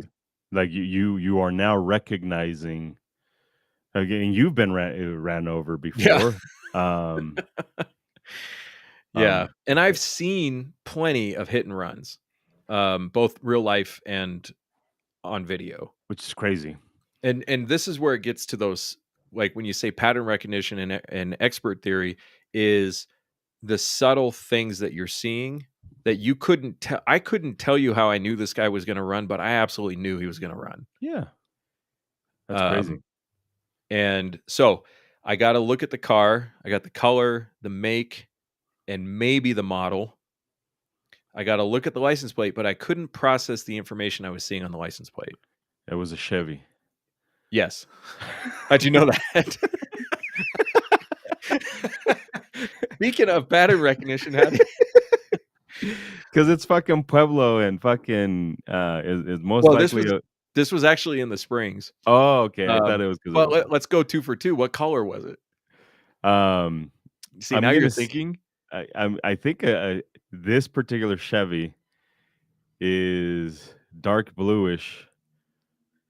No. No. It Okay. was gold. Oh, okay. Yeah, I Yeah. would have never got that one. Okay. Yeah, no fucking way.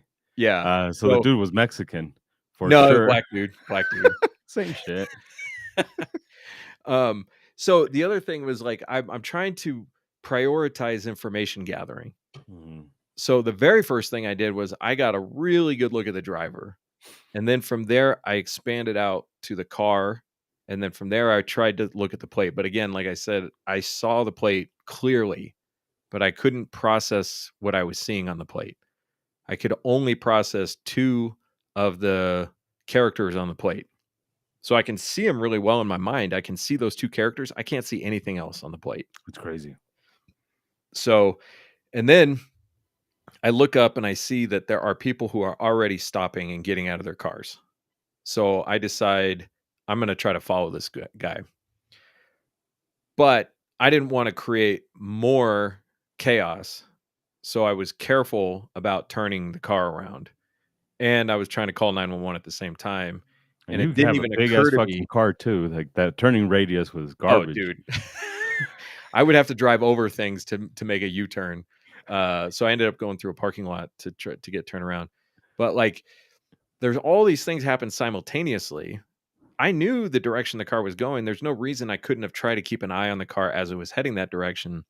But now I have to prioritize calling 911 and figuring out how I'm going to get through this parking lot safely without running anybody over, you know. So by the time I got the car turned around, the bad guy car was gone. Yeah. So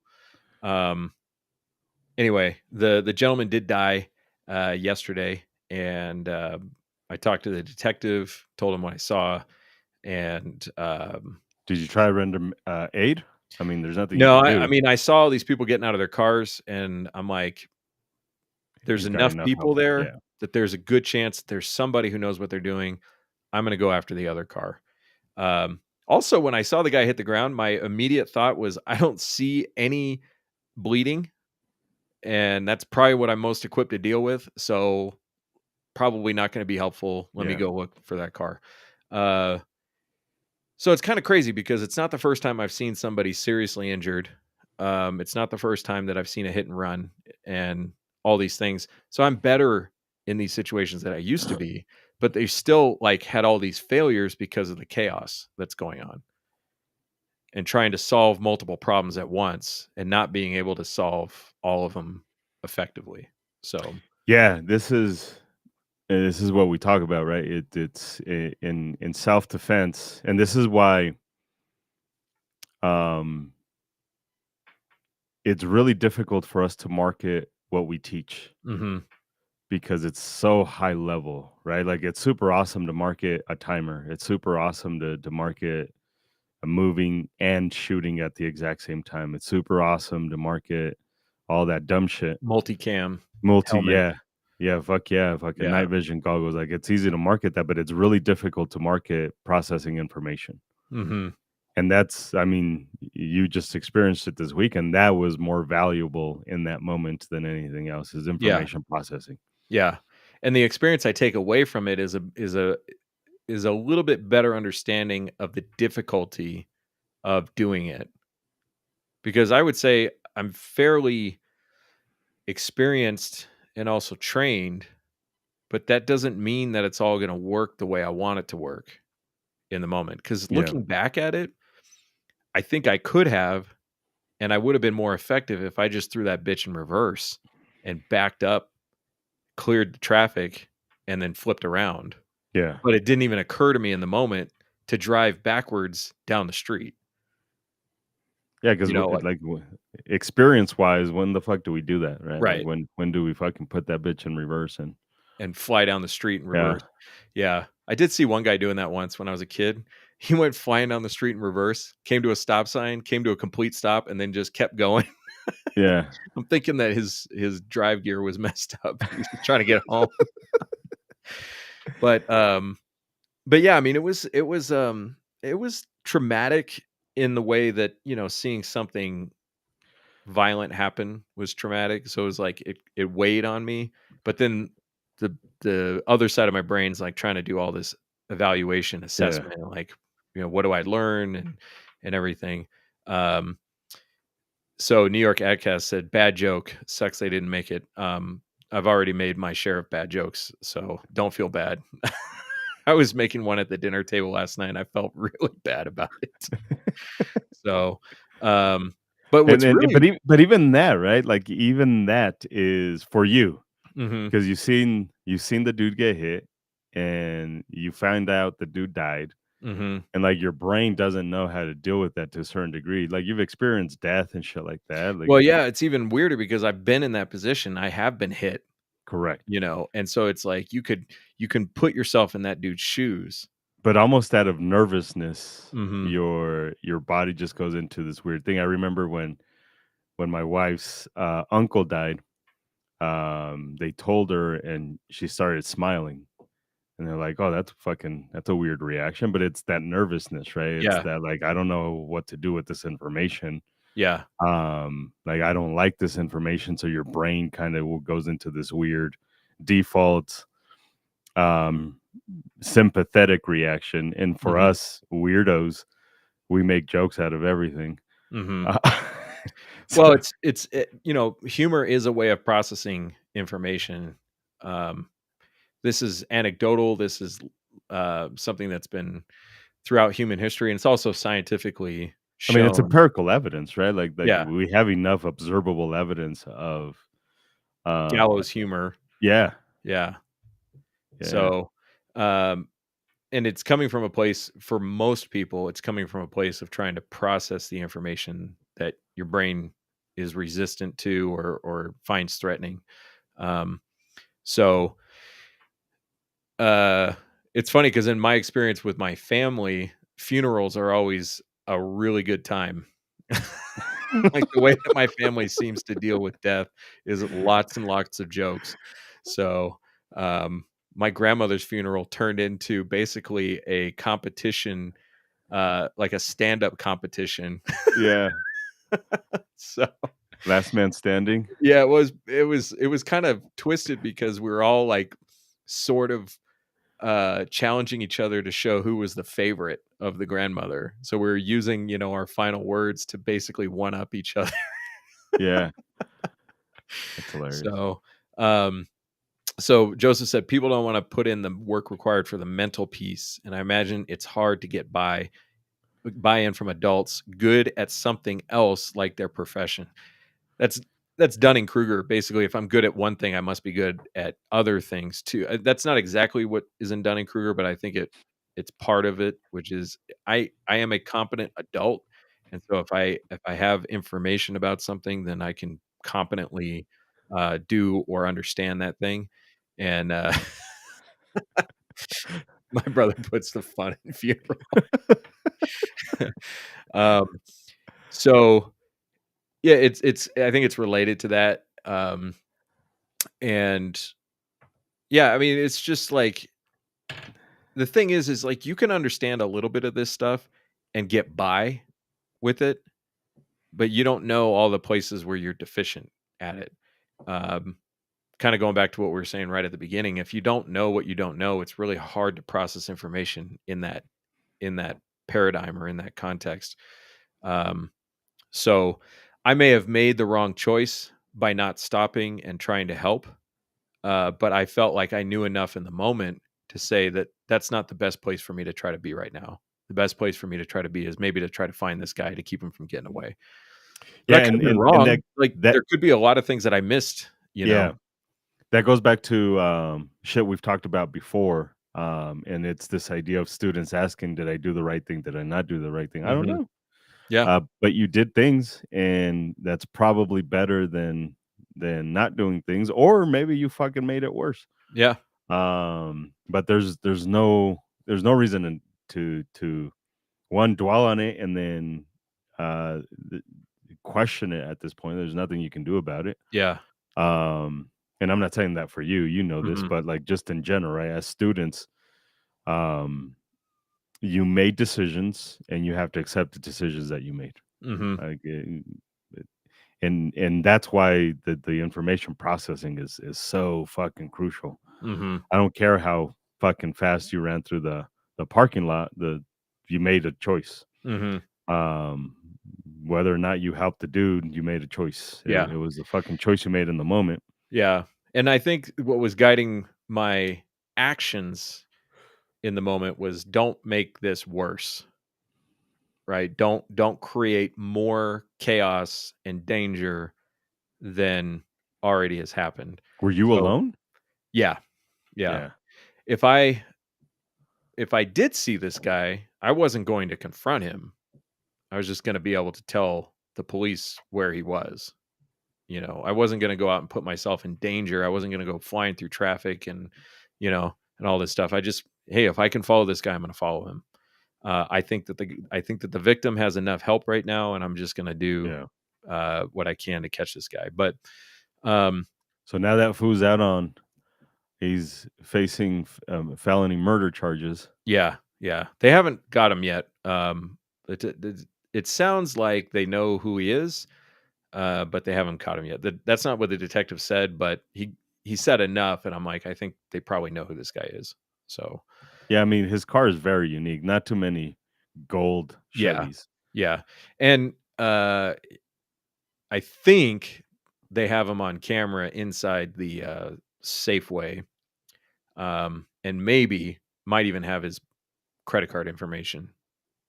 Oh, So this was at the Safeway down the street. yeah, yeah. Oh fuck. Yeah. So, dude, this is crazy because I went back to the store later that night and everything was gone. And I was just like, that is weird, dude. That's really, really weird. Oh, they just scooped him up and Yeah. no problems, no issues, no, Yeah. like it never happened. Yeah. So, That's nuts, dude. dude, the sound of a body getting hit by a car is not a good sound, dude. Not at all. Yeah. It's, I don't think I've ever heard it. yeah. I've seen the aftermath, like the dead person. Hmm. I've never actually seen. I've seen car crashes. Yeah. Car Um, crashes uh, don't sound like what you think they would sound like. But once you've heard them, you're like, oh, yeah, that was a car crash. car crash. Yeah, Yeah. I've never seen anybody get hit. When I got hit, I have a memory gap, so I don't remember I remember seeing the car and I remember trying to crawl to the sidewalk. So there's a big gap there, in the actual getting hit by the car. So, and I that didn't fly up that's in the that's air. super fucking interesting. For you, I kind of get it because you got hit. When I did the shooty stuff, when the people came into the store, that was weird because I was awake, I was conscious, and I don't remember shit. Mhm. That's strange. Like that's I still I remember more driving to Colorado Springs a couple hours after I did the shooting of the bad Mhm. guys. I remember that more because that's when I realized, fuck, I don't remember what the fuck happened. Like what?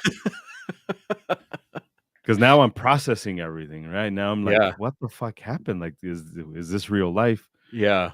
And I'm like, I don't fucking remember. And then I do remember showing the cop the video and remember what I seen in the video. Mhm.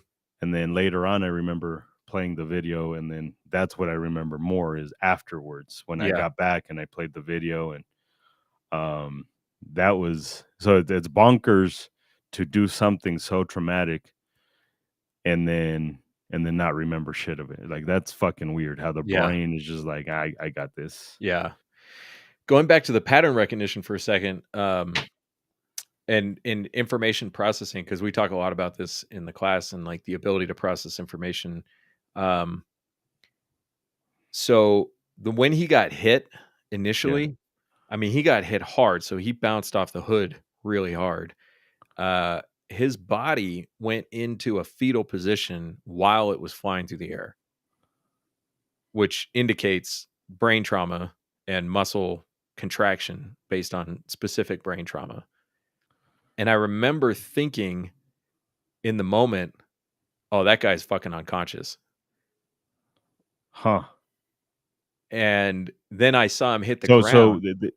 this is from studies or this is just from This is from seeing it happen so many times on videos and stuff. huh. So, it wasn't like because sometimes people get hit and they get so hit hard, they Yeah. flip around and Yeah. then everything just goes out like this. Yeah. But that's not what happened. He bounced straight off the hood, but he did so in, like, in that fetal position. Um So it's almost like a sympathetic motion that the Right. body The does. body's going into a protective posture, protective or a response to the brain trauma. I just learned about what's called a um, oh shoot, I can't remember the word. It's a type of response when the cerebellum takes enough trauma, which is that the body goes into a very specific posture. Huh. Um, Somebody's gonna have to Google that shit. yeah, so I see him flying through the air, and I'm like, oh, he's definitely unconscious. Like that was as bad as it sounded. And then I see him flying through the air, and I see him hit the ground. And as he's falling towards the ground, I'm like, he is going to hit his head real hard. And I saw him hit his head real hard, and I was like, so I was doing a lot of information processing in that moment. But then what became difficult was all the next information processing I had to do to pursue a course of action. So Huh. reading the license plate, deciding how I was going to turn around, getting the phone out, calling Is it 911. parax paroxysmal sympathetic hyper no? How do you spell that? Paroxysmal? XYMAL? That may not be it. I might have looked it up. It says sympathetic hyperactivity. Okay. Um, it may not be the correct one. Sometimes the AI puts up images. Oh, let's do this. Because now I'm interested in knowing what that fucking word is. I Yeah. know it's boring for everybody listening, but fuck it. Uh, Um, no, my OCD is like fucking. posture. There Because this is one may not be right. Cerebellar trauma can lead to paroxysmal decort decorticate posturing. Oh, okay. Decorticate posturing. That's the one I learned about today. Decorticate. Oh yeah. Oh yeah. I googled it and it came up. It's like it already knows what the fuck we Yeah, want. legs straight and rigid, arms flex upward and hold tense. You see this happen with people when they get knocked out sometimes. Yeah. Yeah. Yeah. In fact, a lot of people you see get shot will the dude in Brazil, if I'm not mistaken, he brings his arms Yeah. in after he got shot. Yeah. Now, ironically, or coincidentally, it's not in the cerebellum, but uh, So there's two, and that's one of them, and I can't remember what the other one is. It's just a variation of decorticate. oh, It's look like at this one. decerticate or something like that. Um, Huh. But anyway, it's you do see it sometimes with gunshot wounds, where they basically stiffen up and fall over. And sometimes Oh, that stiffening can happen at the spinal column level. So basically just the legs go rigid and they fall over. But anyway, I was so this processing. happens a lot to MMA people, huh? When they get fucked up Oh yeah. and they start to like stretch and they Yeah, do you more don't of you don't this. wanna see that. That's bad news. They do more of this. Mhm. I've seen that a lot. People get fucked up and then they kind of go into this motion. And Yeah. for those of you guys listening, not watching, that's your fault. Uh, But you can Google it, Decorticate. Um, so, yeah, I mean, I was processing a lot of information, but um, not all information processing was equal in that moment yeah. or in that series of moments, especially when it came to making decisions on what I was gonna do. So it it was very interesting. It sucks that the circumstances it happened under, but I think I do understand a little bit better how complex that can be. If you've ever been in a car accident, you've been through something very similar. Um, Sometimes we don't evaluate it so much, we don't think it through so much in the aftermath, but uh, typically a serious car accident is going to solicit the same response from the brain. So That's anyway, crazy. so it wasn't tachypsychia, probably. It was Maybe. probably pattern Well, recognition. maybe it was a mixture, right? Like Mhm, it's because you got everything going on. mhm. Um, because the tachypsychia is consistent with you being it's slowed down to the point where you can recognize every single little detail. True, yeah. Um, He probably seemed like he had more hang time than he really did. correct. So, Which gave you enough time to which is a fucking it's a fucked up recognize. term to use, Yeah, hang time. hang Uh, time. but yeah, this poor son of a bitch was just going to the grocery store, and that was it. That was it. That was fucking it for him. That was it.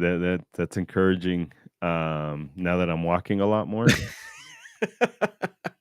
that's encouraging. That's all I had to do is fucking start walking more.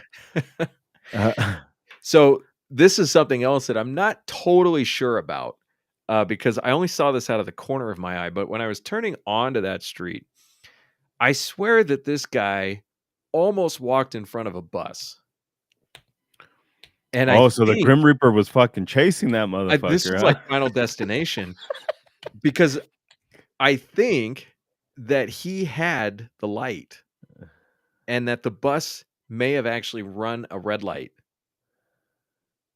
So, this guy starts to cross, realizes a bus is coming, steps back onto the curb, gestures to the bus, and then as the bus passes, he walks into the crosswalk and gets hit by somebody. And ran over.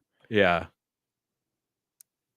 So, That's but crazy. that part was kind of out of the corner of my eye. So, I'm not certain about that Yeah, sequence of events, but that's the way it appeared to me. That's what initially got me to start looking in his direction because I was like, did that guy almost just get hit by a bus? So that's why I was watching him as I was pulling up towards the intersection. yeah. So, So um, I do wanna, clear up because it got brought up in the chat. Tachypsychia is both speeds up and slows down, and it's only the perception. It is not actually slowing down. I think everybody knows this. There is a such thing as distortion of time, but you'd have to be going so fucking fast for that to even happen. So it's like slow light down. speed fast. Yeah, or even just near like any. I mean, the people in the equator are moving at a different rate of time, but like it's so microscopic that we can't tell the difference. Just But like this when is you jump, you're pushing against like the planet's pushing against you, you're moving the planet's moving you, but the movement is so minute, it can't be really measured. yeah, yeah. It just it can't be measured. Technically, tall people are traveling a little bit faster than shorter people, but it's so fucking microscopic. But this is why our GPS satellites have to be adjusted for Hmm. gravity. So tachypsychia is slow down or speed up, not just slow down. So, and it's only the perception. It's not actually happening. Yeah. Um, so anyways, it's if you guys know how to use the Googles or the DuckDuckGos, I don't think the DuckDuckGos is as well rounded for this particular stuff, just because it does limit a lot of information. Hmm. Um, which one do you use? I use the Brave browser, so it has its own. It has its Algorithm. own. Yeah, so it's pretty clean, but it doesn't work as good as Google does. So Correct. I'm constantly going to Google. Yeah. So That's um, that's the problem with a lot of you lose a lot of information. yeah, And some of it is Google filters for ads, but they also filter for bad results correct. or what they think are irrelevant results, which a lot of times are irrelevant. So Correct. yeah. Okay. So Joseph said every self-defense shooter needs training and or a coach. I would say should have training and or a coach.